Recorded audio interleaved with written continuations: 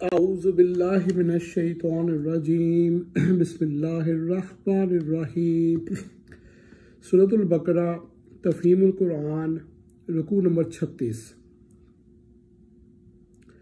مثل الذین ينفقون اموالهم فی سبیل اللہ کمثل حبۃ انبتت 7 سنابل فی کل سنبلۃ مائۃ حبہ۔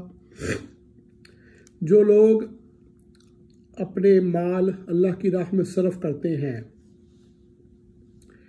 جو لوگ سے متعلق اس واقعے اور اوپر کے واقعے کی بعض لوگوں نے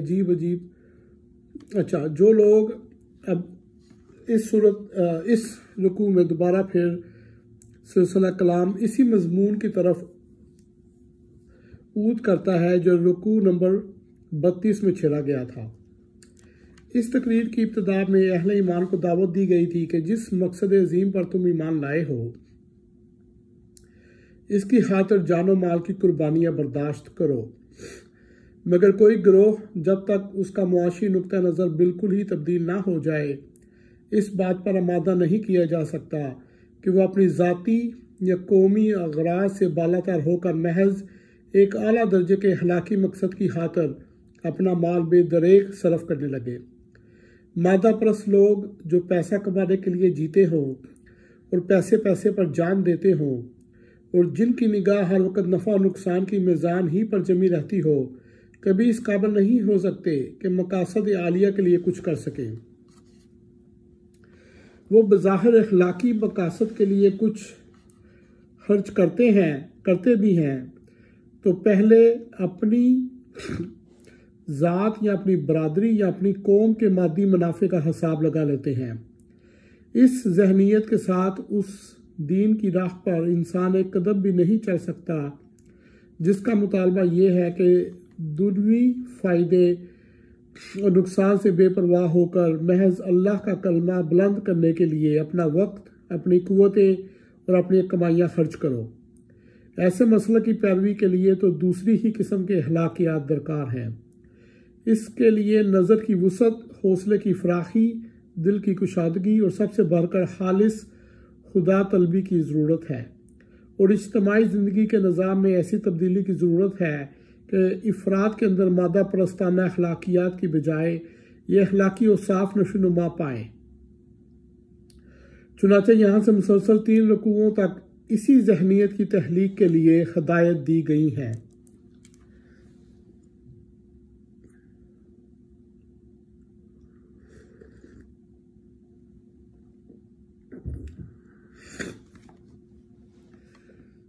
ترجمہ تھا کہ جو لوگ اپنے مال اللہ کی راہ میں صرف کرتے ہیں، تو یہ ان لوگوں کے بارے میں تھا۔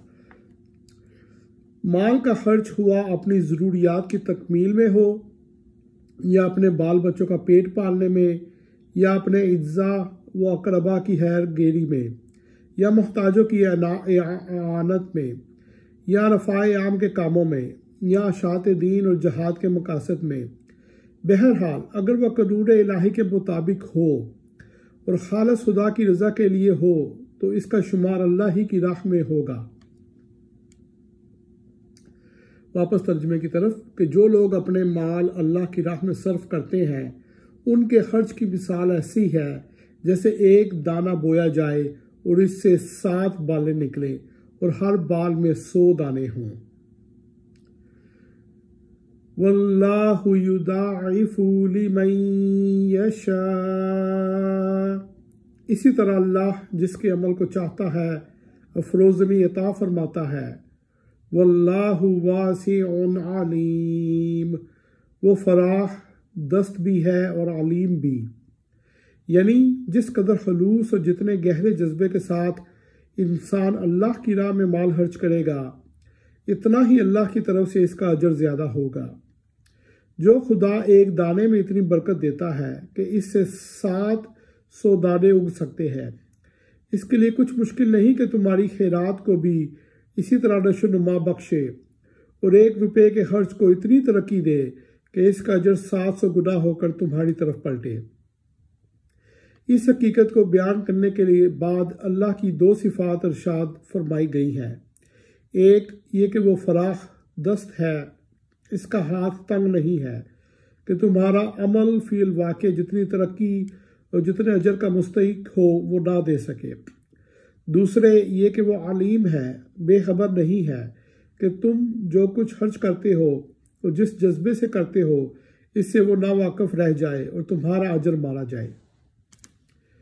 الذین ينفقون اموالهم فی سبیل اللہ ثم لا يتبعون ما انفقوا منا ولا اذى لهم اجرهم عند ربهم۔ جو لوگ اپنے مال اللہ کی راہ میں خرچ کرتے ہیں اور خرچ کر کے پھر احسان نہیں جتاتے، نہ دکھ دیتے ہیں، نہ ان کا اجر ان کے رب کے پاس ہے۔ لہم اجر عند ربہم، ان کا اجر ان کے رب کے پاس ہے۔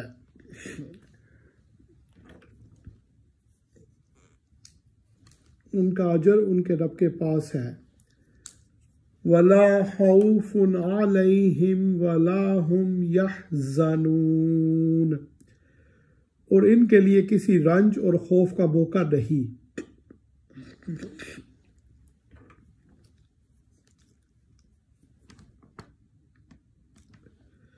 یعنی نہ تو ان کے لیے اس بات کا کوئی خطرہ ہے کہ ان کا اجر ضائع ہو جائے گا، اور نہ کبھی یہ نوبت آئے گی کہ وہ اپنے اس خرچ پر پریشان ہو۔ قول معروف ومغفرۃ خیر من صدقۃ یتبعها اذی، ایک میٹھا بول اور کسی ناگوار بات پر ذرا سی چشم پوشی اس خیرات سے بہتر ہے جس کے پیچھے دکھ ہو۔ واللہ غنی حلیم، اللہ بے نیاز ہے اور بردباری اس کی صفت ہے۔ اس ایک فقرے میں 2 باتیں ارشاد ہوئی ہیں۔ ایک یہ کہ اللہ تمہاری خیرات کا حاجت مند نہیں، دوسرے یہ کہ اللہ تعالیٰ چونکہ خود بردبار ہے اس لیے اسے پسند بھی وہی لوگ ہیں جو اسے چھوڑے اور کم ظرف نہ ہوں بلکہ فراخ حوصلہ اور بردبار ہو۔ جو خدا تم پر زندگی کے اسباب اور وسائل کا بے حساب فیضان کر رہا ہے اور تمہارے قصوروں کے باوجود تمہیں بار بار بخشتا ہے، وہ ایسے لوگوں کو کیوں کر پسند کر سکتا ہے جو کسی غریب کو 1 روٹی کھلا دے تو احسان جتا جتا کر اس کی عزت نفس کو خاک پہ ملا دے۔ اسی بنا پر حدیث میں آتا ہے کہ اللہ تعالیٰ اس شخص کو قیامت کے روز شرف ہم کلامی اور نظر عنایت سے محروم رکھے گا جو اپنے عطیے پر احسان جتاتا ہو۔ یا ایہا الذین آمنوا لا تبطلوا صدقاتکم بالمن والأذی، اے ایمان والو اپنے صدقات کو احسان جتا کر اور دکھ دے کر اس شخص کی طرح خاک میں نہ ملا دو۔ کالذی ينفق مالہ رئاء الناس ولا یؤمن باللہ والیوم الآخر، جو اپنا مال محض لوگوں کے دکھانے کو خرچ کرتا ہے اور نہ اللہ پر ایمان رکھتا ہے نہ آخرت پر۔ اس کی ریاکاری خود ہی اس بات کی دلیل ہے کہ وہ خدا اور آخرت پر یقین نہیں رکھتا۔ اس کا محض لوگوں کو دکھانے کے لیے عمل کرنا صریحاً یہ معنی رکھتا ہے کہ خلق ہی اس کی خدا ہے جس سے وہ اجر چاہتا ہے۔ اللہ سے نہ اس کو اجر کی توقع ہے اور نہ اسے یقین ہے کہ ایک روز اعمال کا حساب ہوگا اور اجر عطا کیے جائیں گے۔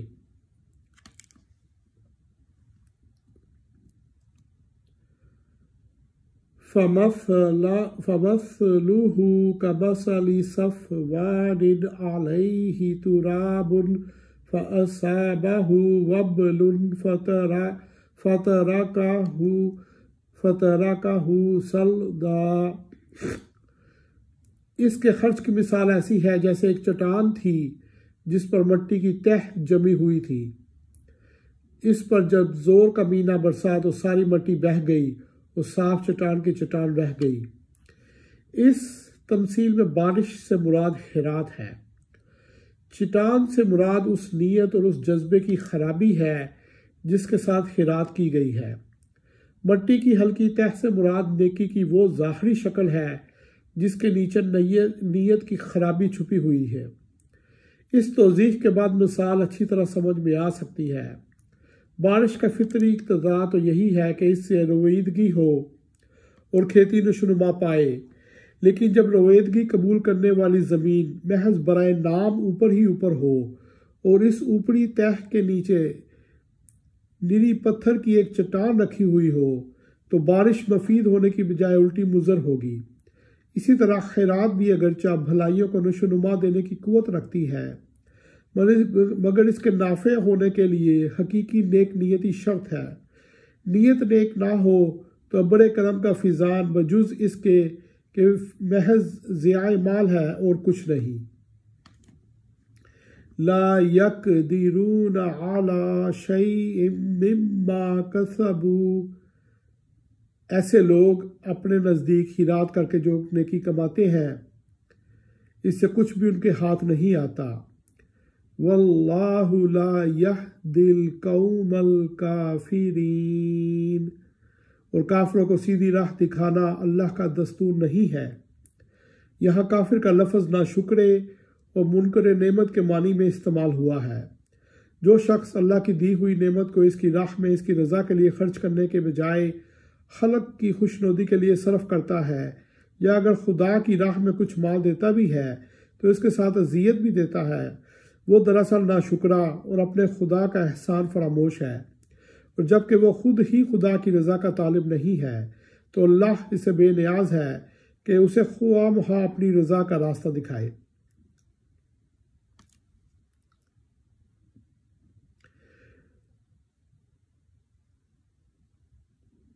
وَمَثَلُ الَّذِينَ يُنْفِقُونَ أَمْوَالَهُمُ ابْتِغَاءَ مَرْضَاتِ اللَّهِ وَتَثْبِيتًا مِّنْ أَنفُسِهِمْ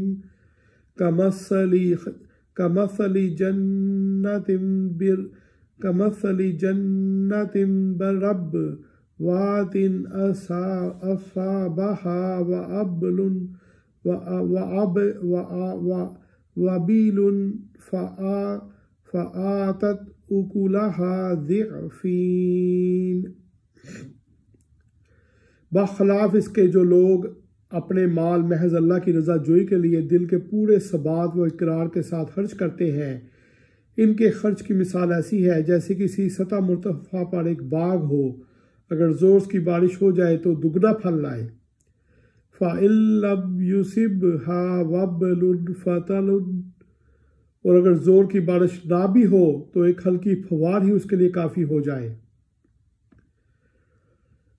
زور کی بارش سے مراد وہ ہیرات ہے جو انتہائی جذبہ خیر اور کمال درجے کی نیک نیتی کے ساتھ کی جائے، اور ہلکی پھوار سے مراد ایسی خیرات ہے جس کے اندر جذبہ خیر کی شدت نہ ہو۔ واللہ بما تعملون بصیر، تو تم جو کچھ کرتے ہو سب اللہ کی نظر میں ہے۔ أَيَوَدُّ أَحَدُكُمْ أَن تَكُونَ لَهُ جَنَّاتٌ مِّن نَخِيلٍ وَأَعْنَابٍ تَجْرِي مِن تَحْتِهَا الْأَنْهَارُ لَهُ فِيهَا مِن كُلِّ الثَّمَرَاتِ، کیا تم میں سے کوئی یہ پسند کرتا ہے کہ اس کے پاس ایک ہرا بھرا باغ ہو، نہروں سے سیراب، کھجوروں اور انگوروں ہر قسم کے پھلوں سے لدا ہوا؟ وَأَصَابَهُ الْكِبَارُ وَلَهُ ذُرِّيَّةٌ ضُعَفَاءُ،